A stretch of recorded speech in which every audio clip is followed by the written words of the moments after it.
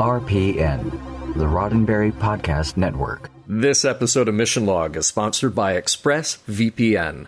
Protect your online activity today and find out how you can get 3 months free at expressvpn.com/missionlog. Mission Log, a Roddenberry Star Trek podcast. Episode 317, Civil Defense.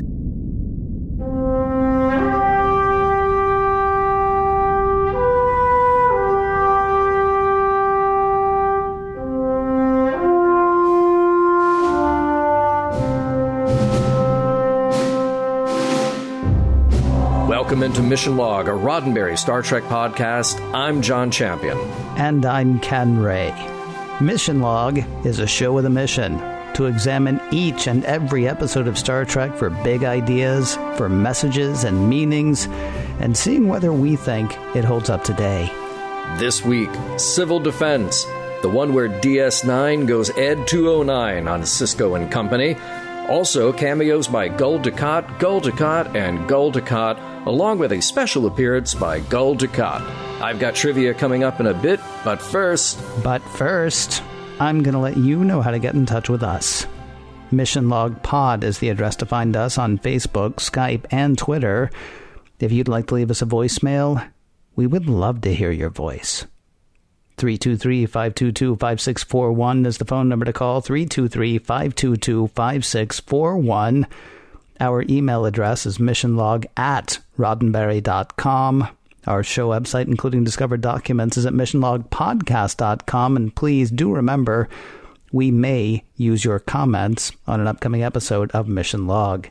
It's an episode of Mission Log. It's an episode of Star Trek. That means there's going to be trivia. And the guy who's going to bring it to you, the man who is going to bring it to you. Bring it, please, Mr. John Champion. Wow, your powers of prediction are second only to your powers of the transition. Thank you, Ken. Trivia for today's episode, Civil Defense. Well, it was written by Mike Crone. Okay, sure. Now, you've got a new name here, and immediately you think of that open door policy, giving an unknown voice a break. Well, this is one of Mike's 2 professional writing credits, and he pitched the story and wrote the first draft of the script, but that's only the beginning. The script that he submitted was not a final, and he didn't have time to give it another crack. Michael Piller then had everyone on the writing staff give it a shot. None of those drafts were approved either. Piller was ready to kill it, and Ira Steven Behr called this one of the most difficult scripts to finish. Ultimately, what they got was a script put together by the entire writing staff, but the way writing credits work, you can only add so many names, so ultimately the credit reverts back to the originator, Mike Crone.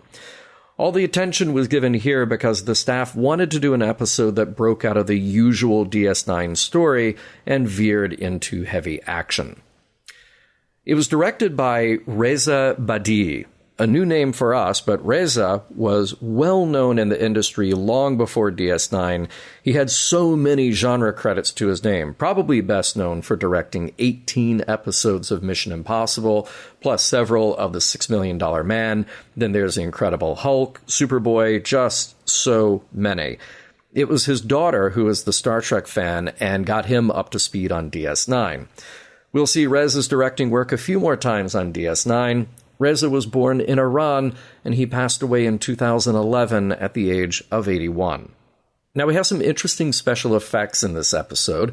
Gary Hutzel was responsible for the little phaser orb of death, and phasers are something you do on Star Trek, but not usually dozens of times with edits, with dialogue, etc. It was very time-consuming and a very expensive process. Now, not so much with the green plasma fire and the conduits. It was literally a replace color function in a computer. So they were able to knock out that effect pretty easily. Now let's talk about guest stars. Guess what? It's a bottle show. So we really don't have much in the way of guest stars. Oh, sure, we get to welcome back the wonderful recurring characters like Garak, of course, played by Andrew Robinson, and Gul Dukat, played by Mark Alaimo. And we do have one guest worth pointing out, though. Danny Goldberg plays Legate Kell. Danny, you have probably seen but may not have known the name. He turns up in some big movies like The Dark Knight and The Fugitive. This is just the start of his association with Star Trek, though. We will see him again in DS9, Voyager, and Enterprise, all in different roles. Thanks for listening to this episode of Mission Log. Your participation is very important to us. Please stay on the line. Someone will take care of you soon.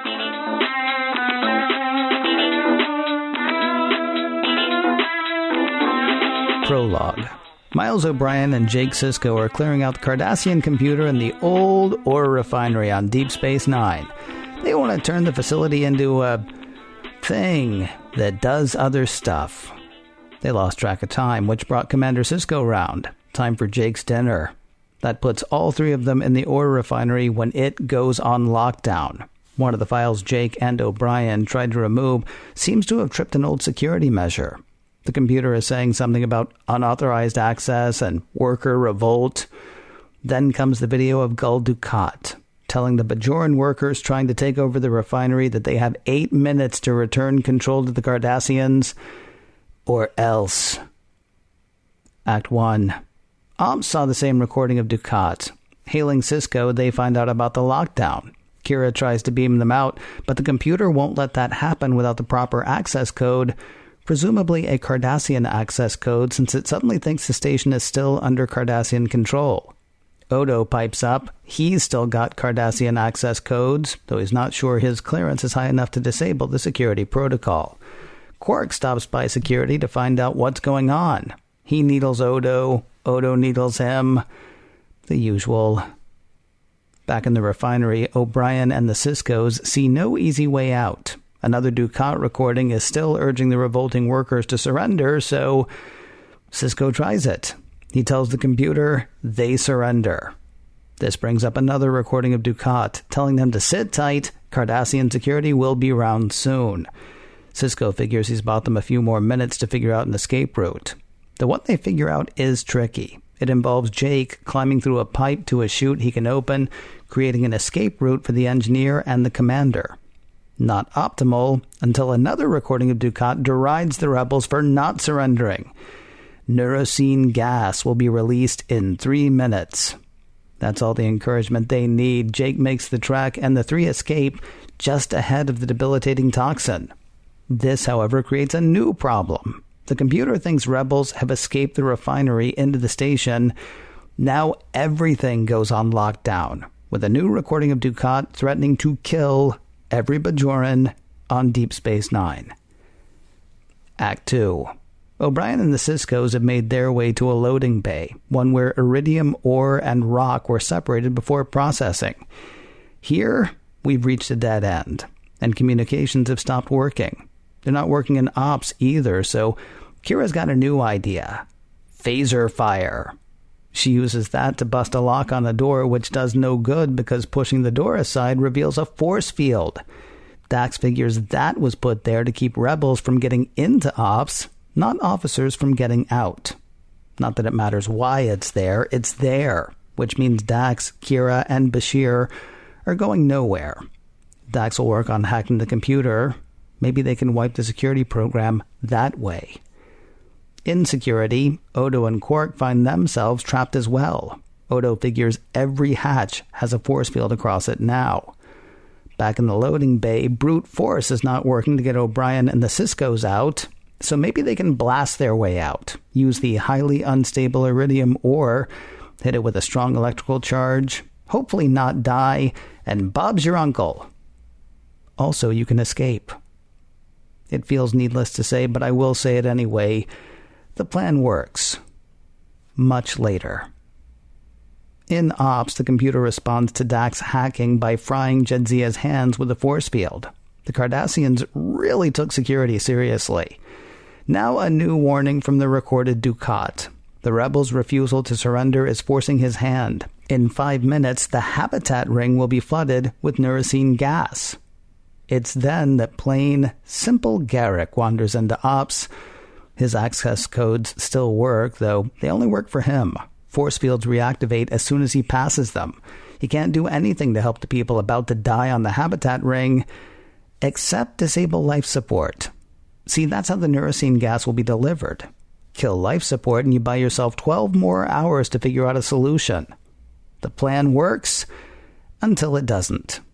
I mean, they disable life support, stopping the neurocene gas delivery, but the computer knows something's up and moves to the next security protocol.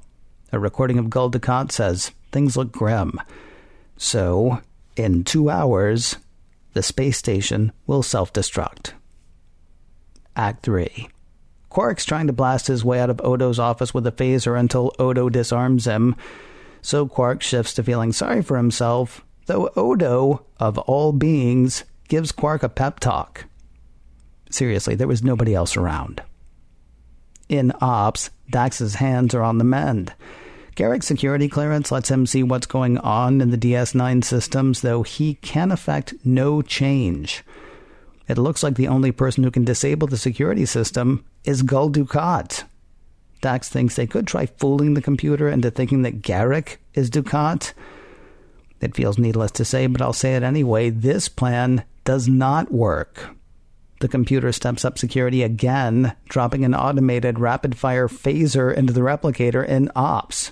Set to kill, which it starts trying to do.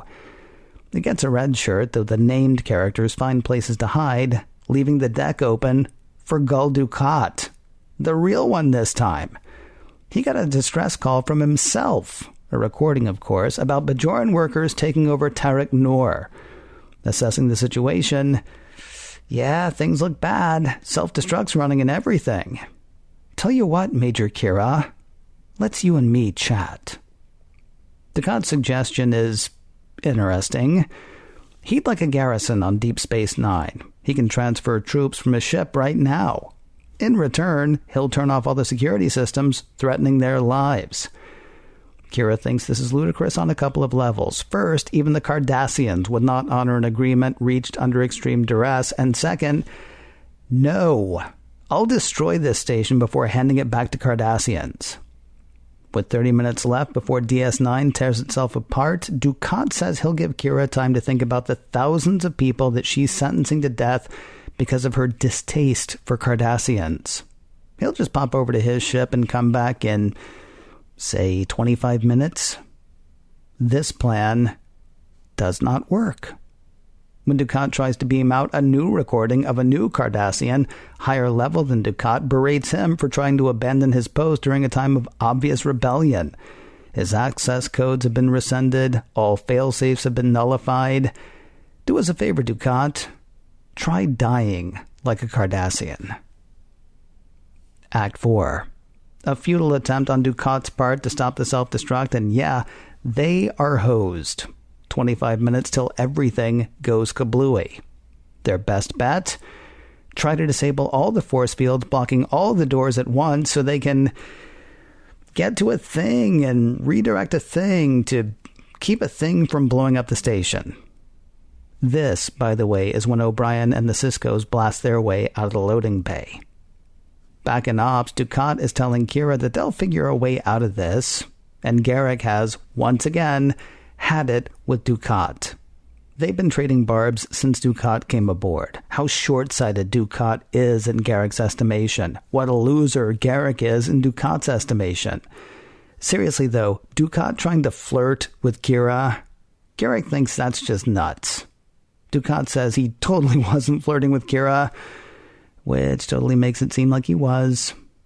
Hey, Dax has an idea about the force field, not about Dukat's chances with Kira. If they overload the power grid, they might be able to zap all the force fields and disable the dampening field that's cut off communications. This plan works. They're able to establish communications with Commander Sisko. He tells Kira to start abandoning the station. Meanwhile, she suggests he get to the thing and redirect the thing to keep the thing from blowing up the station.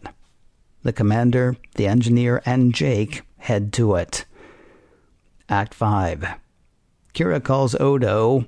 His force field should be disabled, but it's not. It appears the force field around his office is on a different system than the rest. The Cardassians wanted to make especially certain that they could keep control of Odo. Quark says that's because they knew Odo to be honorable, knew that he would do the right thing no matter what. So that's going to get them killed when the station blows up in 6 minutes. Thanks a lot. Of course, the station doesn't blow up.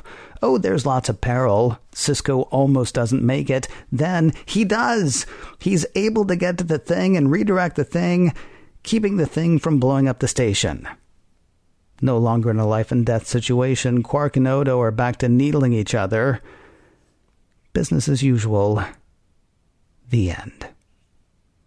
So excellent coverage, Ken, as always. And I know that we're at the part of the show where we share our little notes with each other, just the funny, quirky things that we like to point out to each other, and we point them out to our audience. But I'm going to take us off on a little tangent for just a second.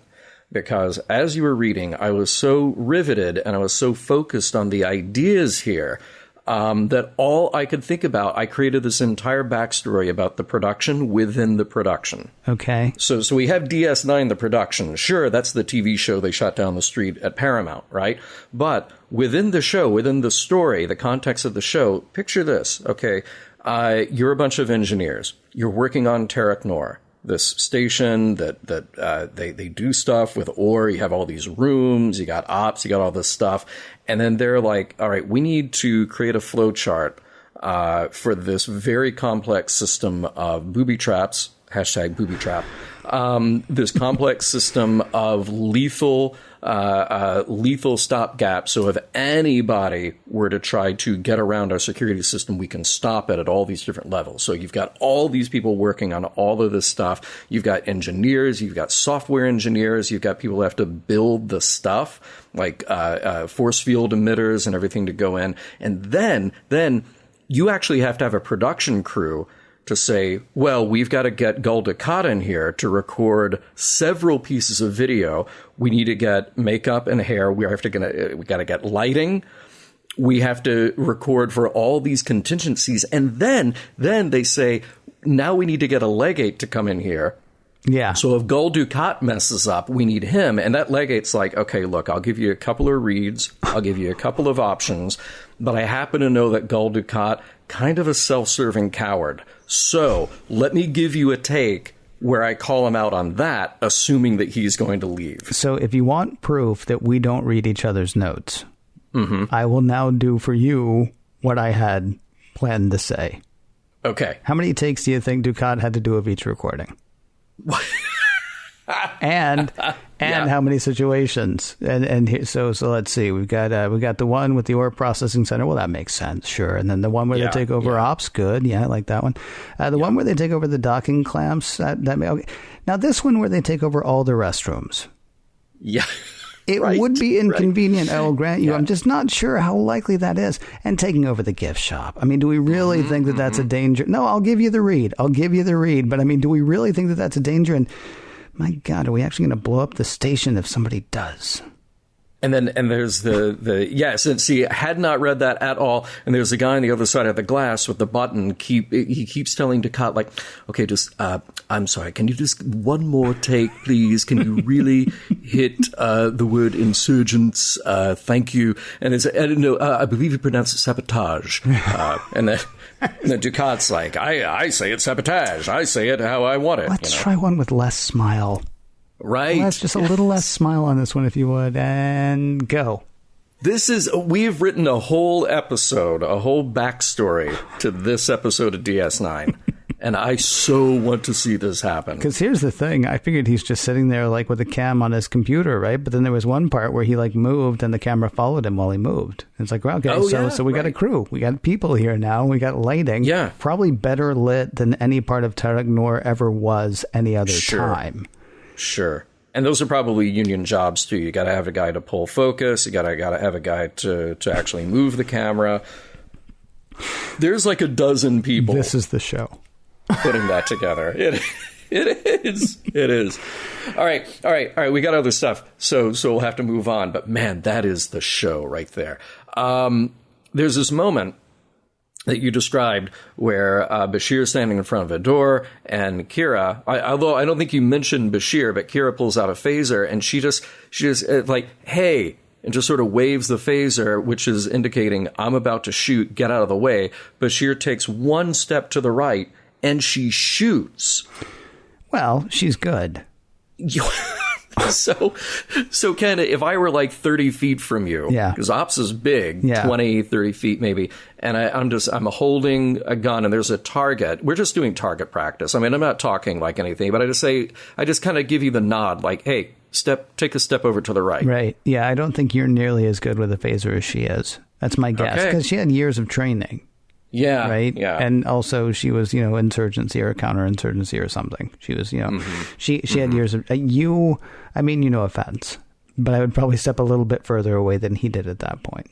I'm just saying anybody who's good, and I'm not bad. I'm not bad, but anybody, like if somebody who's really, really good, like a really practiced, I'm getting way out of the way. I think she's so good that the only reason she even warned him was so he wouldn't step in front of the phaser fire. I mean, I think she was going to do it anyway. Yeah, I think she's a dead shot, no question. Yeah. But she is saying to herself, I should warn him, because if he continues walking over towards that thing that I'm going to shoot, well, then I'm going to shoot him. Right. And so, I think that's probably all that happened there, would be my guess. Yeah, I think you're right. Do you want to hear, by the way, the last words that Jake Sisko ever heard? What was that? Follow this sound, Jake. It's kind of amazing to me, because we've seen the whole thing. First of all, I don't understand what happened to Jake. He's like, so O'Brien's like, so listen, you're going to go up there. You're going to take a right. Yeah. And then Jake gets up to the top of the thing. He's like, it goes in two directions. What do I do? And Sisko says, hey, follow this sound. He starts banging on the pipe that his one and only son is in with a giant stick. Right. And there's no way that Jake's like forever. Like Jake should have come out of that scene just rubbing his finger in his ear, trying to get sound back. Completely disoriented. Going, knock it off, guys. Come on. I love it. And then it's next week on a very special Deep Space Nine. Yeah, yeah. Oh, and Odo, he says to Quark, stay away from my computer. Yeah. See, my computer, I step away for 60 seconds and the password thing comes on again. Yes. Yes. Yeah. Well, he's in security, though, so he figures, what's the big deal? Yeah, this is secure. I'm thinking maybe he just didn't want Quark to see his search history. Oh, yeah, well, yeah. And it's the holosuite all over again. That's all I'm saying. Weird thing to find out, by the way. So iridium, highly unstable. Yes. I think Sisko says something like, isn't iridium highly unstable? Yeah. And O'Brien says, you mean the stuff in the cart that we've been banging as hard as we can into a wall? Yeah, it is. Yeah. Oh, we learned so much about iridium in this episode. Yeah, that's good. Also, I don't want to be that guy. Yeah. But the iridium ore, nowhere near the hole that they actually blew in the door with the iridium. Was it? I didn't really take a good look at that. It was like in a line across the bottom. So you would expect the door to maybe blow out from the bottom. Right. Not have a giant hole in the middle of it. Yeah. Yeah. Because actually, I watched it the first time. I thought, well, how'd that happen? And I thought, well, I must have missed it. They must have piled up the iridium ore. And they really didn't. I'm also wondering how they ground up the iridium to make the Bugs Bunny fuse to go blow up the iridium. Yeah. Which also, you need like a really high electrical charge to blow up iridium. Yeah. So they started a tiny little fire. Yeah. That go. I mean, really, what they needed was a match. Yeah, that's all they needed. Yeah. But they had the electric. They had that cable that is so electric. It's just glowing, like the whole cable, not just what's in the end of the cable. The whole cable is glowing, and you can just pick it up and throw it over your shoulder and hang on to it. I want that all over my place. I think that would just look super cool. Now, do you actually want it to be electric? Like, do you want it to I can just plug everything into it or plug it into everything or, start a uridium fire or something I would say all I needed to do is to blow up iridium. I don't care what else it does. Yeah. You're going to need iridium then. Sure. Yeah, we can get that. Yeah. That's just rocks. That's no problem. Well, no, they separate it from the rocks, you see. Oh, yeah, right. Yeah. The ore, you got to get the iridium out of the ore. Yeah, I get it. It's the whole thing. I'll wait. Oh, I like there's that nice little bit between Bashir and Garak. Bashir says something along the lines like, I wonder how many other Cardassian tailors have authorization codes. And he's, I wouldn't know. By the way, your pants are ready. It's just, it's some really nice dialogue in this. And, oh, hey, here's the thing. We've talked about replicator technology before. Yes. And like how if you're on the Enterprise and you're getting a wedding gift, you can just go down to the replicator shop and like make me a glass thing. And if they don't like that, it's just going to get re-replicated into like, pudding or whatever. Right. And this, hey, replicator, make me a spinny, shooty laser death device that kills everything in front of it except for Cardassians. I gotta think that was a mod. Yeah, okay. Okay, yeah, I think you're right. I don't think Jake could order one of those from the replicator. Okay, all right. Well, the precedent is there now. That's true. So, yeah, like it knows how to make it and take it away. So, yeah, I'm worried a bit. Let's do a little DS9 math. Kira says there must be hundreds of people on board who are in danger, and then 10, 15 minutes later in the episode, Dukat asks her if she would allow 2,000 people to die simply because she doesn't like Cardassians. And I thought already people were moving out of DS9 since the Dominion became a thing. So like a couple of seasons ago, it's 330 people, somewhere around there. Yeah. And so there's a lot of math that I'm not going to follow there. I think there was a convention. Oh, right. Yes. Okay, good.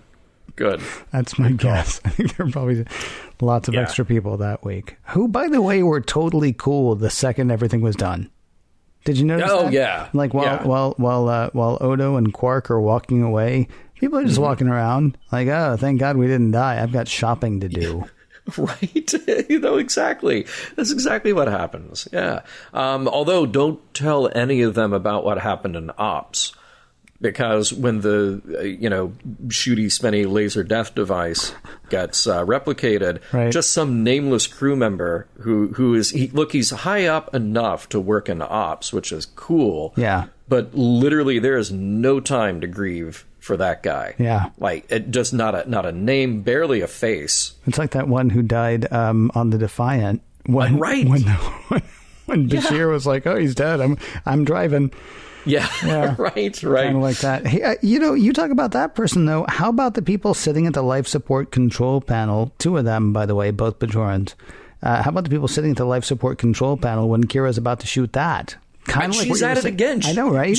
Yeah. And they can't follow orders for anything because she says, get down. So they stand up and run. But I'm also thinking, first of all, like, what else does that do? Because they're sitting there working away. And apparently they're working away so diligently, they're paying no attention when they're like, I think we're going to have to blow up that machine behind those two guys, right?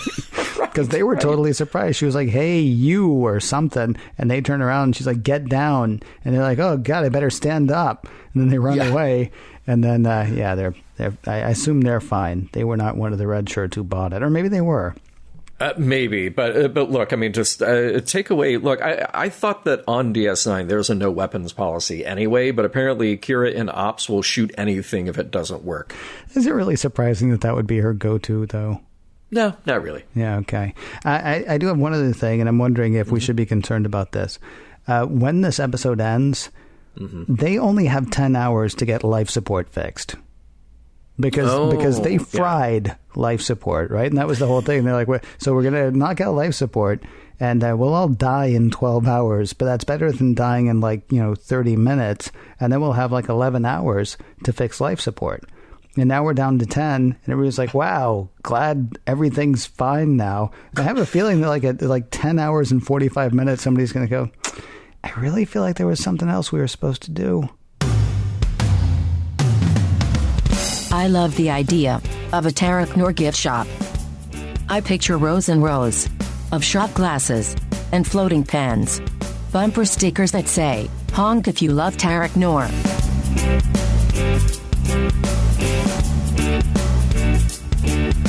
We'll play a bit more civil defense in a moment, but first, a word from ExpressVPN. I went traveling last week, John. Yeah, you were gone for a while, all over the place. I was all over the place. I was, kind of, I guess, but not really. When you're there, you think, I could be further north, and I could probably be further east, too. Sure, yeah, but you're close enough. Yeah, I took the old computer with me, with my microphone, because I needed to do some recording. Dropping G's all over the place, by the way. Yeah. I will say the hotel where I stayed, the Wi-Fi was absolutely excellent. Oh.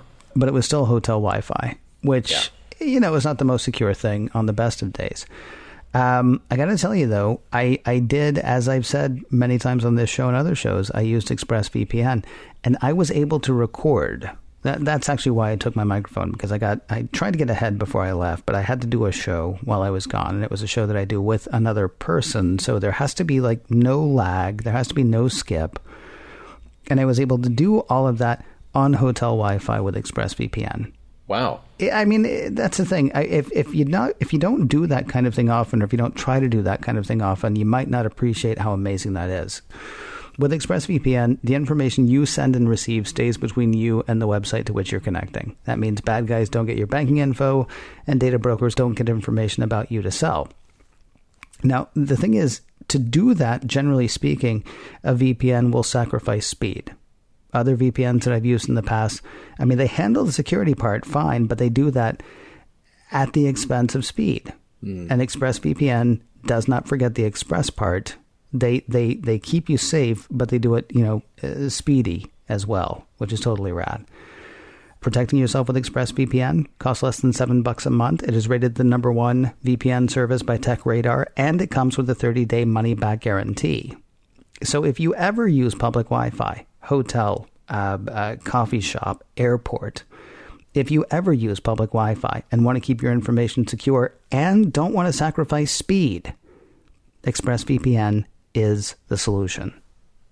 Protect your online activity today and find out how you can get 3 months free at expressvpn.com/missionlog. That's EXPRESSVPN. expressvpn.com/missionlog for 3 months free with a 1-year package. Visit expressvpn.com/missionlog to find out more. And a big thanks to ExpressVPN for sponsoring this week's show.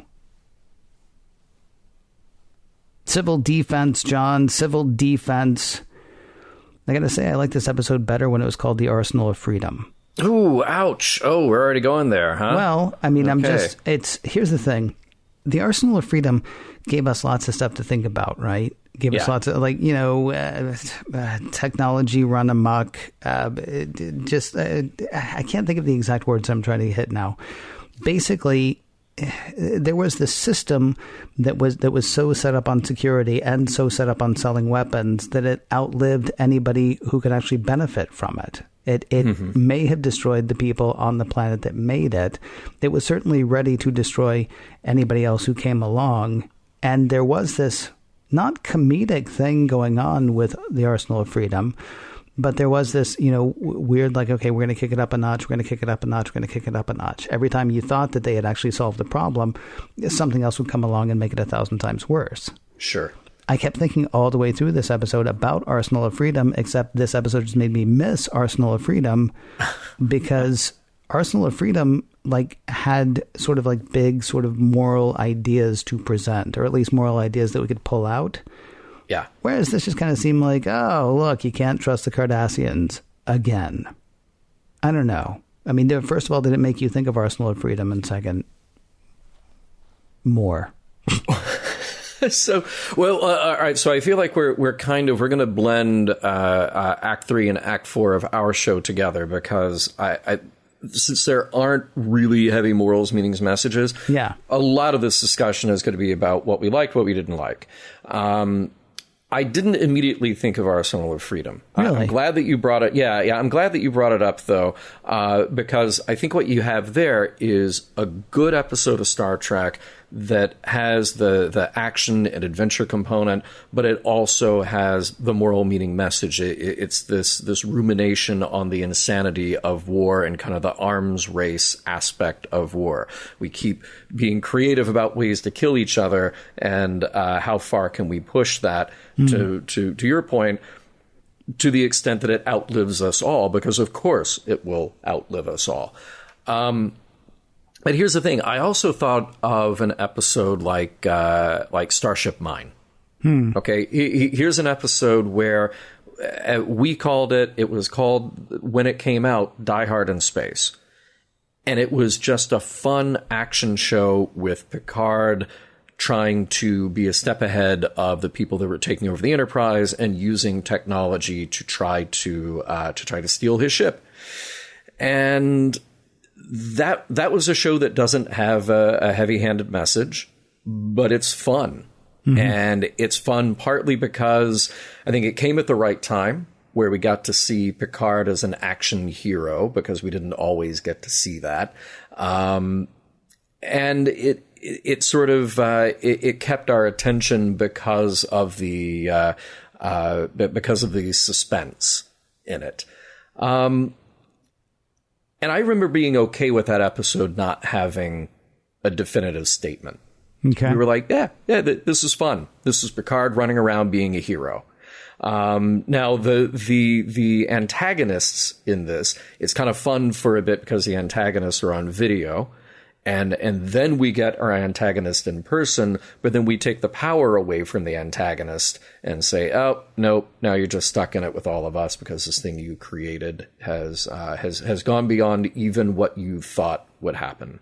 So I was okay with this, playing with sort of a production style, playing with the fun of that, and not landing on a major message.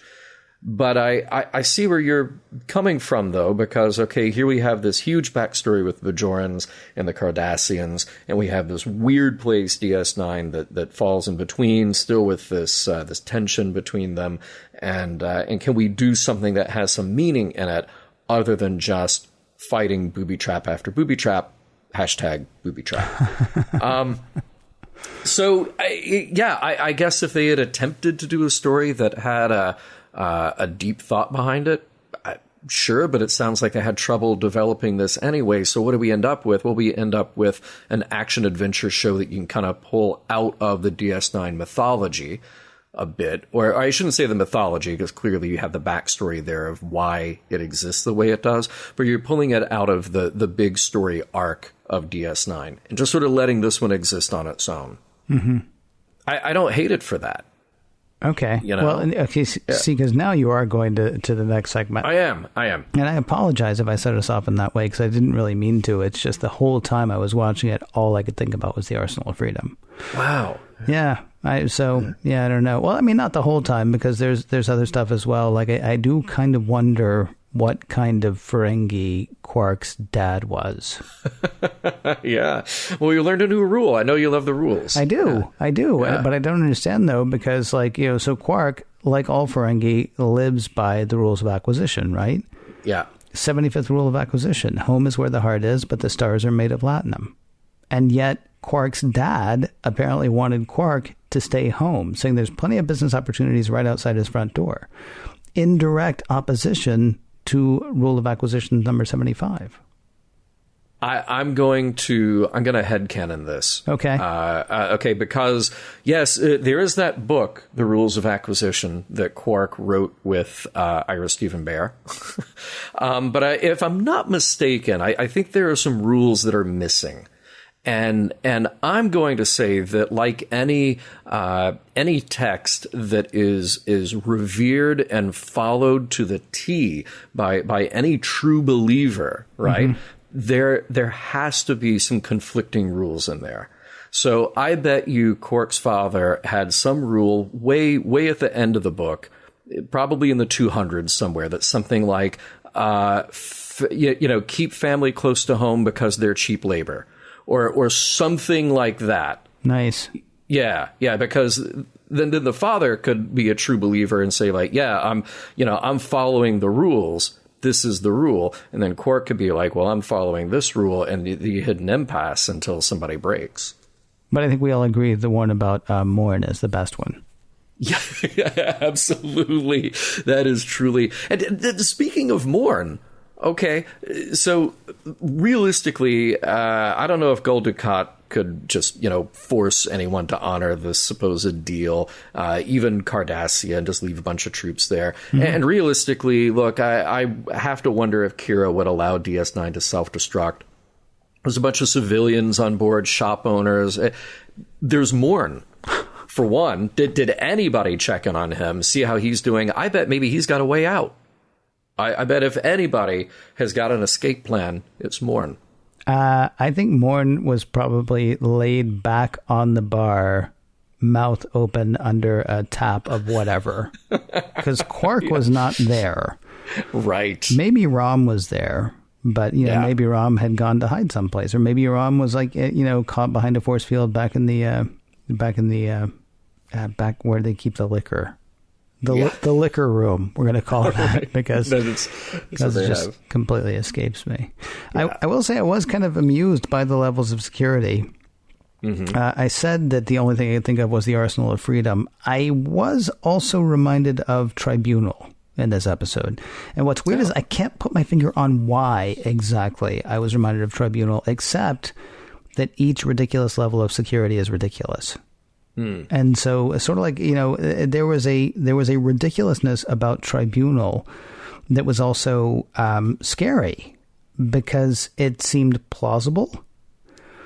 Arsenal of Freedom seemed kind of plausible at the time. I mean, obviously there's lots of science fiction going on, but just the continued escalation of arms, as you were talking about. And certainly we had that, in this as well. To see Dukat Conan is kind of amusing. The phrase that I thought of, actually, because it seems like this was something that Dukat sort of orchestrated, although, of course, then there was that other guy who came in afterwards. He was like, wow, Dukat, you're a loser. This is a recording guy. Too clever by half is the term that came to mind, thinking about what Dukat hath wrought in this episode.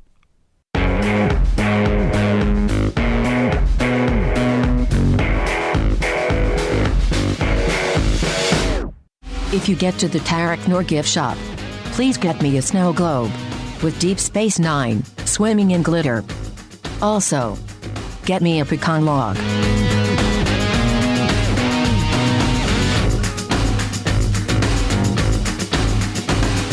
Well, I hope we didn't give it all away in the last segment, but civil defense or civil defense, depending on how you're feeling, Yeah.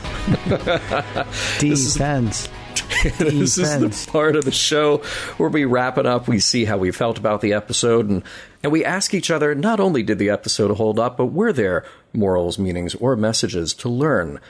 So, Ken, what did we learn from the episode? But first, does the episode hold up? For me personally?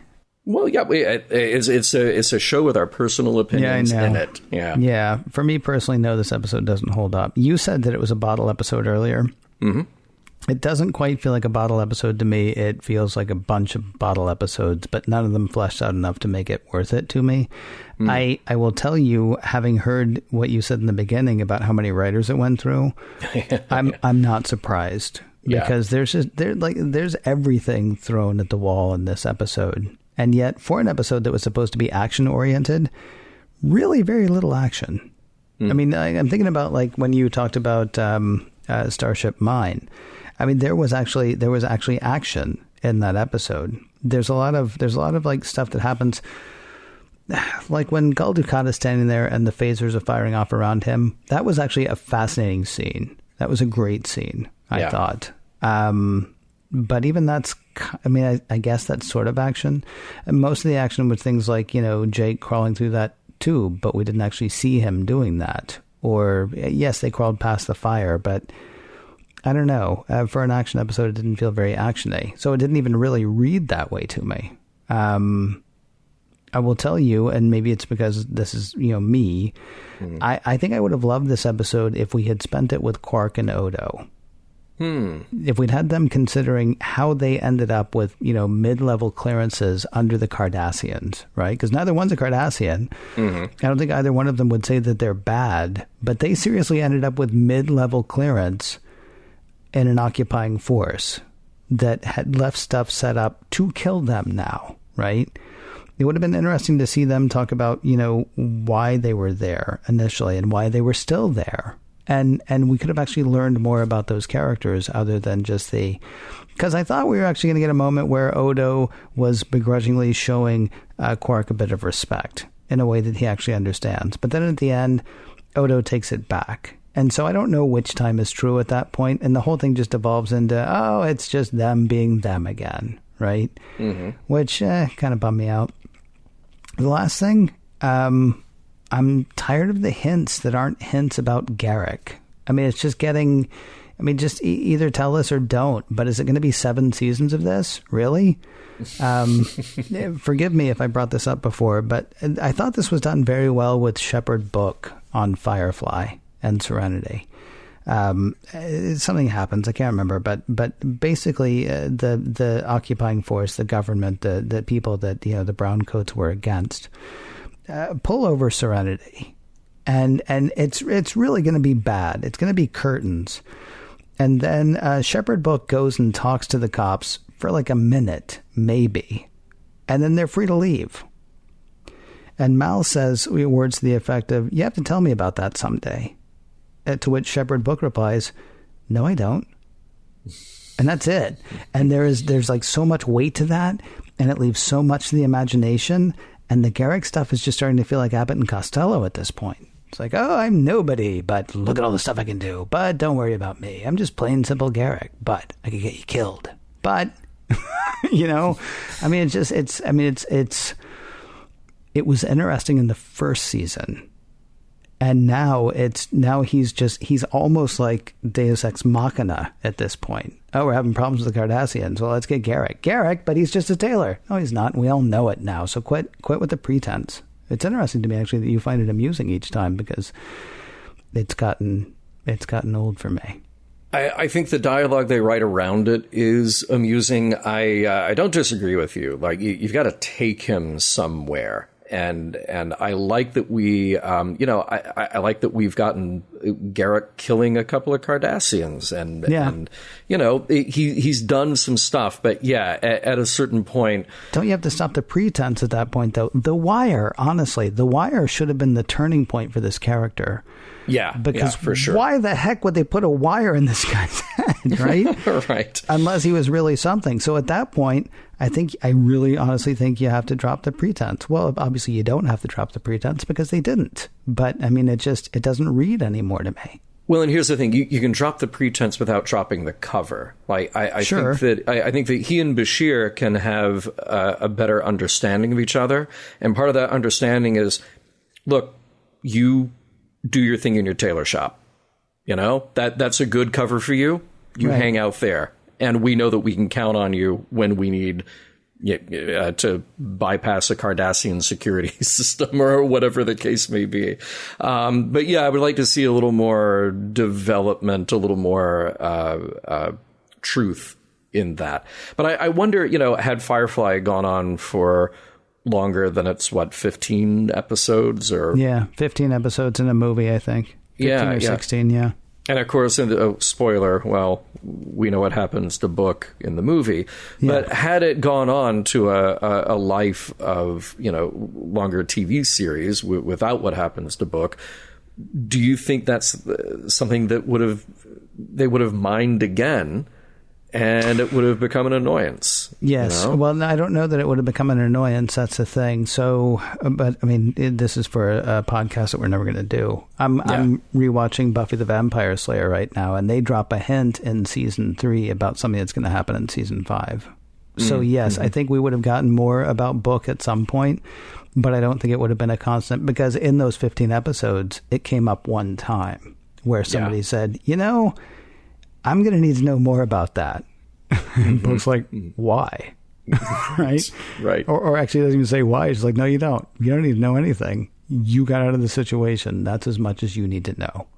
I mean, I don't think it would have been like the irascible Shepard Book pretending like he's not anything when he actually is. He knows exactly what he is, and everybody else can just be quiet about it if they want to keep being what they are. Which would have been a more interesting thing to, well, whatever. It's however old it is and stuff. And there's plenty more to talk about, John. What do you got? Sure. As I said in the last segment, I'm not mad at this episode. I think there are good things in it. I think Gul Dukat, look, it's sort of redundant to say that he's great. It's like in Next Gen saying, oh, Patrick Stewart is great. Mark Alaimo is great as Gul Dukat. Yeah. And it's fun to see him as the all-powerful image on screen and then see his power stripped away and have to cooperate. So that's a fun moment for him. But here's the thing. It's an episode by rote. Create a puzzle to solve, raise the stakes, figure out the puzzle, done. Better than Move Along Home in that regard, you know? So here's the thing. While it's not remarkable, there are some elements that I really liked. So, like I said, Mark Alaimo, but there are a good number of other scenes that I really loved. So Odo and Quark doing their routine at the end, I really liked that. I liked that if what we got was the truth of Odo saying these nice things about Quark, but then when the tension is gone and he gets to sort of backtrack that and say, no, I said it because I thought we were going to die. Look, both of those things can be true. And I think that's all right. I think that's a realistic thing for Odo. And having that little bit of comedy at the end, I think they both played it well. I liked, there were some action things here that I liked. I liked the pause after Sisko saves the station at the end. It's a subtle thing, but there's this moment where he's exhausted and alone, and they just let the camera stay on that for a moment. And there's not a big swelling up of the music, and it's not a heroic thing. It's just like, that's over. That's done. And I also want to give some recognition to Jake here, too, because I got a moment with him right that they got wrong with Wesley most of the time, which is saving the day. Or in this case, saving someone else, Jake saving O'Brien. Throughout Act 5, I liked his nervousness. I liked his concern. I liked how they played him instead of just being, as they maybe would have done with Wesley, like, oh, I can figure this out. I'll push all these buttons because I'm a genius and I'll save this. And there's something more realistic here about the way they're playing Jake. And I think that this episode has this kind of weird, dark sense of humor, which I appreciated too. So here's the thing. It holds up to me for being a good execution of an otherwise unremarkable story. Because it's just like I said, here are the traps, here are the things you have to figure out, the puzzles you have to solve. Now go, and we know you'll solve it by the end because everybody will be back for next week's episode. So on the surface, yeah, there's really not a whole lot there, but I feel like they tried to make something out of the character moments that we got, even though, as you rightfully point out, a lot of that is disjointed. It feels like multiple shows, but maybe that's part of what interested me, is keeping these people isolated and see how they each deal with their situation on their own until they can come back together. So I give it a pass. I found a lot to enjoy in this, and I think they made the best of what they have here. So the question is, now you brought up Arsenal of Freedom.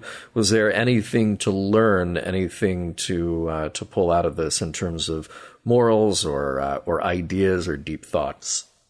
About the only thing I can think of is maybe he who lives by the sword shall die by the sword, except not really, because they all get away. Yeah. I mean, there is something to Gul Dukat being caught in the whole thing. And of course, we want Gul Dukat to stick around, and I like Mark Alaimo, and so I don't want him to die. Mm-hmm. But like, even for our bad guys, there's really no risk. Yeah, and so maybe that's part of what makes an episode like this difficult to pull off. In a way that, I mean, certainly you could say the same thing about TNG. Although I go back to one of my favorite episodes, Time Squared, the Enterprise explodes. And even though it doesn't, I mean, even though we're going to get back to a place where we have the Enterprise at the end, they all have to face death, and they actually all have to die. And that's a harder thing to do on Deep Space Nine. Plus, a lot of times, I mean, the Enterprise would leave a planet where things didn't go well. The crystalline entity would come and like hoover everything up, or, you know, somebody that we met in this episode would die in this episode or something along those lines. And so, I mean, had Gul Dukat died, I mean, I think we all would have been a bit surprised, but it also would have at least ratcheted up the stakes, because knowing, as you say, they're all going to be back for next week, throw all the peril at it you want to. I'm not going to worry. I mean, unless you write something incredibly rich, which, as you pointed out, there were about 12 people writing this, and so you know, the chance of getting that depth or that incredible richness when you're writing by committee, it seems like maybe a more difficult thing. So, I mean, I guess the answer to your question is no. He who lives by the sword dies by the sword, unless, you know, he's a character that we like and we want to see him again, in which case, yeah, it's just stuff that happened, but it'll be fine. What about you? Well, yeah, I mean, I agree that there are interesting story points here, but do they really actually land on something? And it's funny. So you went to Arsenal of Freedom. I actually went to Doomsday Machine as well, which, you know, could be looked at as the precursor to the Arsenal of Freedom. So it doesn't have to be a deep learning episode, but I thought about an idea that came up from that, which is, again, who built this thing? In Doomsday Machine, who built that, and Arsenal of Freedom, who built those little devices, which fortunately we get Vincent Schiavelli at the end explaining it all to us. But who built it? Why? What were they thinking? And sure, you can build weapons and defenses full of complexity and full of power, but then do we run a risk of our creations getting out of hand and ultimately destroying us? So where episodes like Doomsday Machine and Arsenal of Freedom may really have taken on those ideas and those concepts, here we just have the mechanics of that running amok, running out of hand. So you could infer ideas like that from this if you're really trying, but go back and watch Doomsday Machine or Arsenal of Freedom. Mission Log is produced by Roddenberry Entertainment. Executive producer Rod Roddenberry. Hey, there are a bunch of podcasts coming out of the Roddenberry Podcast Network. So many that we call it a network. Oh, you got your Mission Log Live, Women at Warp, Priority One, the Trek Files, and the latest from the network, Daily Star Trek News. Find them all at podcast.roddenberry.com. If you'd like to support Mission Log directly, that'd be great. Patreon.com/missionlog is the place to do that. For more exciting Star Trek podcasts, check out Trek FM at trek.fm. And for the latest in Star Trek news and discussion, be sure to visit trekmovie.com. On the next Mission Log, Meridian.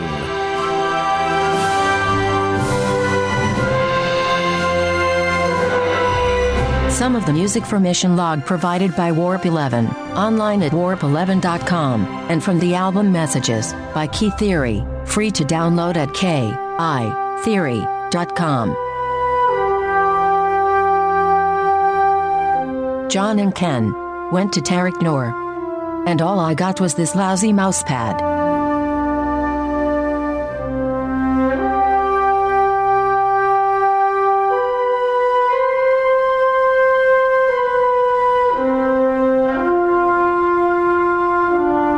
End transmission.